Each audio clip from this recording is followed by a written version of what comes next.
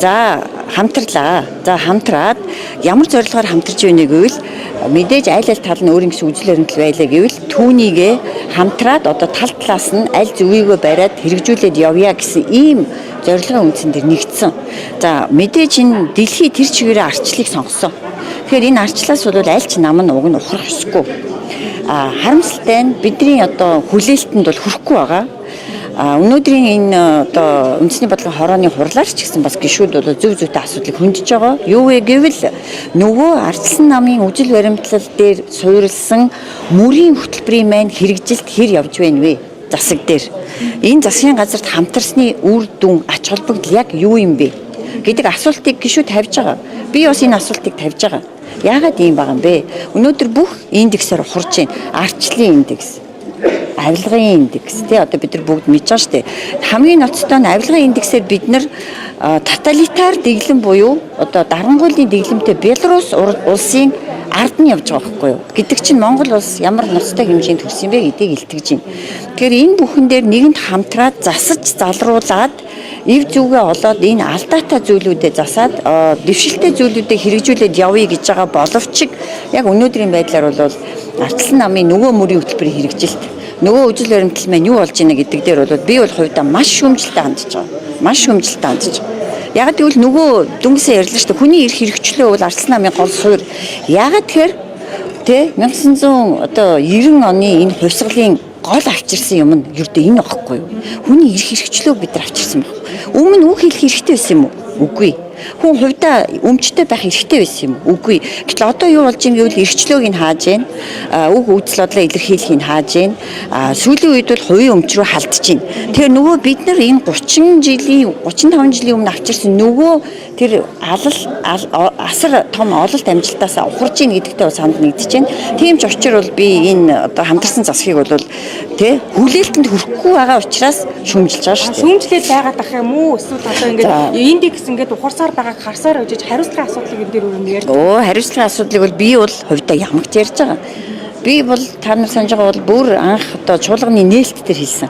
Хамтрах нэг хэрэг засгийн ажил тусдаа улсын хурал гэдэг нь өөрөө олон ургалж үзлийг уралдуулдаг талбар. Тийм учраас энэ дээр бол олон ургалж үзлээ уралдуулна шүү гэдгээ хэлсэн, уралдуулсаарч байгаа. За хэдэн сар харлаа нөгөө ардчилсан намын хүний эрх хэрэгчлөөг хангах ёстой энэ гол зорилго маань юу болоо явчих. Нөгөө авилгыг багасгах энэ зорилго маань юу болоод явчих. Тэ нөгөө засаглалын индекс нь хизээ сайжрах юм. Бизнес хийх үе гэдэг энэ индекс нь хизээ сайжрах байхгүй. Юу ч сайжрахгүй. Тийм ч учраас би шүүмжлэлтэй хандаад засгийн газрыг буюу Монгол Улсын ерөнхий сайд оюун эрднийг огцруулах дээр хамгийн түрүүнд гарын үсгээ зурсан. Энэ бол миний үйлдэл.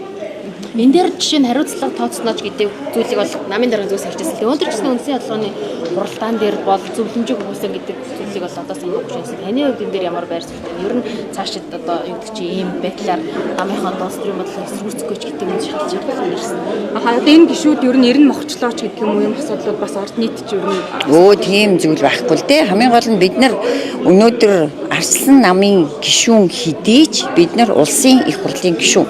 Улсын их хурлын гишүүд яадаг вүлээ тангараг өргөдөг шин.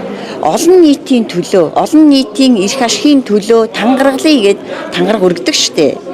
Тийм ч учраас би анханасаа шүүмжилсэн штэ. Энэ засгийн газрын үйл ажиллагааны хөтөлбөр дотор чи яхаараа намын эрх ашиг, хувь хүний эрх ашигыг 2 3 дугаарт тавиад байгаа юм бэ. Энд бол зөвхөн олон нийтийн буюу одоо үндэсний эрх ашиг гэж байх ёстой гэж шүүмжилсээр ирсэн. Одоо би тэрэндээ хിവэрэл байгаа. Тийм учраас одоо үйлдэл хийн гэд би одоо ганцаараа одоо яах вэ? Ямар ч гэсэн би бол үзэл бодлоо илэрхийлсээр л ирсэн, илэрхийлсээрч байх болно. Хийсэн үйлдэл гэх юм бол би ямар ч байсан одоо тэр асар их одоо зардал бүхий төсвийг чадлынхаа ирээр эсэргүүцсэн, тодорхой хэмжээнд үр дүн төрсөн. За засгийн газрын юм хийхийг хүлээсэн. Нэг л их мега төсөл нэртэй маск өмсчөөл ингээд л яваад идэг болчихлоо шүү дээ манай засаг. Тэгэл нэг юмтай тэмцэх болохоор нэг хідэн хүн гаргаж ирээл урдаа тавьчихдаг. Тэгэл тэднийг ерөөсөө одоо нэг нөгөө би хэлээд байгаа шүү дээ нөгөө Дон Кихотныг тэрэмтэй тулддаг шиг нэг ийм хийсвэр юмтай тулдаад байгаа хэсэг нь тодорхойгүй нэг ийм л юм руу орцсон. Засгийн газрын эсрэг ер нь шүүмжлэлтэй хандсан гишүүдээ улс төрийн зөвлөлтөнд хариуцлага хүлээн гэдэг өөрөө арчлал ямар байгаа вэ гэдгийг харуулж байгаа юм. Жишээлбэл улс төрийн зөвлөлт дээр тань руу одоо юу гэдэг хариуцлага хүлээх асуудал ер нь тулж ирв үү? Ямар асуудлууд ер нь яригдав? Зөвлөмж Улс төрийн зөвлөл яг уу эцсийн дүндээ манай ардсан нам чинь арга байхгүй ардсан нам л да. Бас дотоод арчил байна. Бас ч гэж тэгэхээр улс төрийн зөвлөл дээр бол энэ гар үсэг зурсан гишүүдийг авч хэлцэх хэсэг тухайн асуудлыг бас зарим нэгэн гишүүд бол хүндсэн юм байлээ. За намайг бол бүр дамаа их одоо олон зүйлийг шүүмжилдэг гэдэг нэр цохож бол манай намын дарга бол бас авч хэлцэх ёстой гэж үзсэн. Тэгээд одоо ирэх биш нэг ардсан намын гишүүд юм байна да. Тэгээд одоо хин нэгэн хувь гишүүнийг үжил бодлоо илэрхийлснийхэн төлөө авч хэлцэхгүй гэдэг шийдвэрийг бол манай улс төрийн зөвлөл бас гаргасан. Бас ч гэж энэ арчил ажиллаж штэ. Арчлын нэг сайн тал юу гэвэл өөрийгөө засаад явдаг байхгүй юу? Дандаа засаад сайжруулад явна. Тэгэхээр энд бол нэг ургалж үзэл гэж хизээч байхгүй. Тэр тусмаа ардсан намд.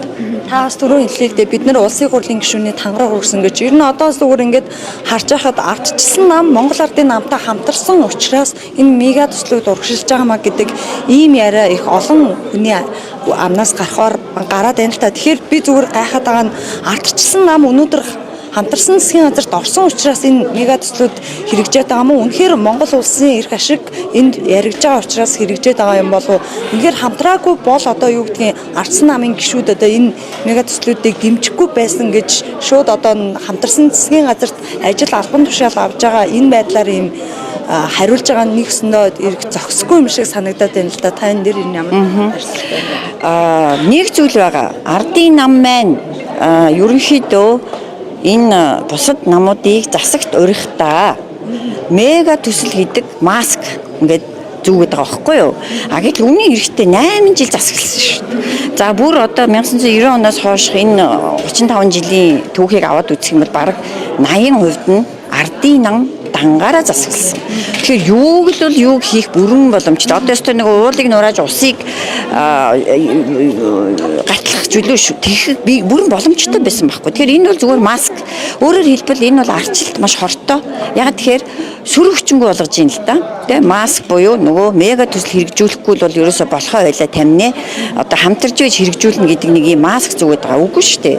Эдгээр олон шүү дээ. Өнөөдөр ч олон шүү дээ. 68 гишүүн байна гэдэг бол ямар ч асуудал дээр 68-уулаа ирээд коноп дарахад ямар ч мега төсөл явнаа. Гагцгүй эднэрт өмнө нь үүнийг хэрэгжүүлэх хүсэл зориг байсан юм уу?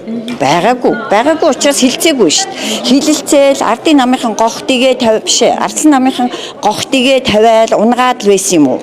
Үгүй. Эдгээр ер нь хилцээгүй байхгүй сүүлийн 8 жил.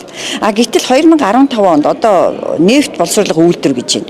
2015 онд анх яригдсан. Тэ? Энтхийн ерөнхий сайд ирээд Нарендра Моди ирээд зээлийн тухай асуудал ярьсан. Тэрнээс хойш өнөөдрийг хүртэл ардын намал засаглаж шүү дээ. Тэгээ энэ хоорондоо энийг яагаад хийгээгүй юм?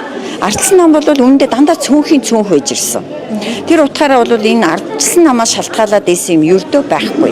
Ардын нам дангаараа үнэмлэхүй олонхоор засаглаж ирсэн, саяж олон хулсан, дангаараа юуг л бол юуг хийх бүрэн боломжтой байсан. Энэ бол ерөөсөө дахиад юуг халахвчилж байна вэ гэвэл энэ бол ерөөсөө нөгөө сүрэг хүчнээ карманда хүнжилтөө хийж авч байгаад сүрэг хүчингүү болгох гэсэн ийм башир арга гэдгийг одоо бид нар бас сая л ойлголоо. Нөгөө хэлэхэд. Тийм ч учраас би бол бас тэ шүүмжлэлтэй хандаад ямар ч байсан энэ ерхий сайдыг огцруулахын зүйтэй гээд. Тэгээ ер нь бол нэг үг байдаг штэ одоо нөгөө тогтмол ус яадаг вүлээ. Илжирдэ штэ. Тэгэхээр ер нь аливаа ямиг бол бас сольж явах хэрэгтэй, өөрчилж явах хэрэгтэй. Сольж өөрчилсөний алдаа буруу гэж ердөө хизээч юуч байхгүй. Дандаа юм сайжрлыг олж явдаг. Одоо нөгөө швек байж штэ те юм яач муу явсан дандаа сайн руу явах хэрэгтэй гэдэг. Гэтэл одоо манайх бол бүр тэрнийг даваад ерөөсөө ямар ч тийм солигдолт, өөрчлөлт юу ч байхгүй болчихж байгаа. Мүлийчж байгаа байхгүй Монголын улс төр.